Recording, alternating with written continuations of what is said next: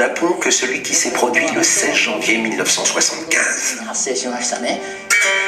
La victime, Bando Mitsugoro 8, était une légende vivante.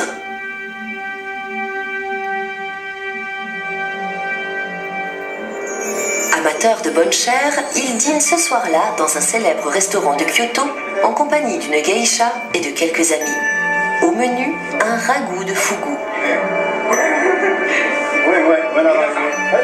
Pour impressionner son hôte, le directeur de théâtre qui l'invite fait servir de minuscules bouchées de foie de fugu, un morceau strictement interdit à la consommation, mais considéré comme un délice suprême par les connaisseurs.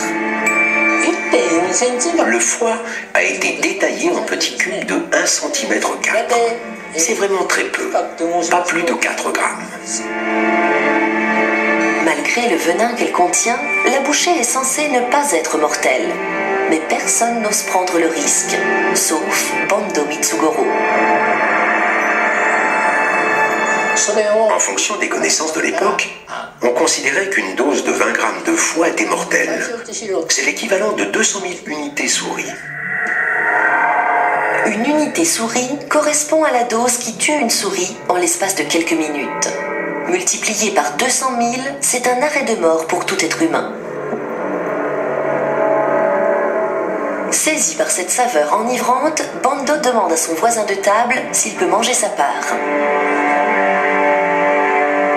Il enchaîne avec une troisième, puis une quatrième, 16 grammes de foie en tout.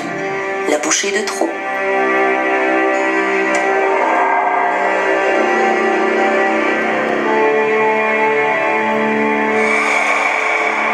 Avec la nature, on ne sait jamais. J'ai personnellement examiné un foie qui avait une teneur en poison de plus de 41 000 unités souris. Dans ce cas-là, une dose de 16 grammes de foie est évidemment mortelle. Dans la nuit, Bando se réveille en sursaut. Il a mal à la tête et se sent très oppressé.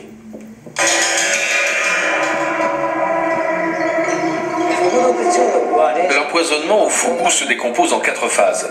Dans un premier stade, la bouche et le palais s'engourdissent.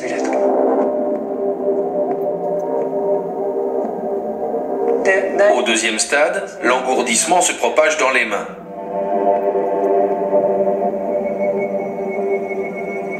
Au troisième, le corps entier se raidit et les muscles se paralysent. Bando a l'impression d'être enfermé dans une gangue de béton. Il a de plus en plus de mal à respirer, mais son cœur continue de battre.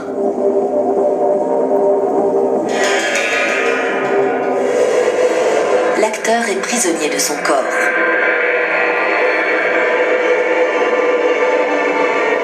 Il étouffe.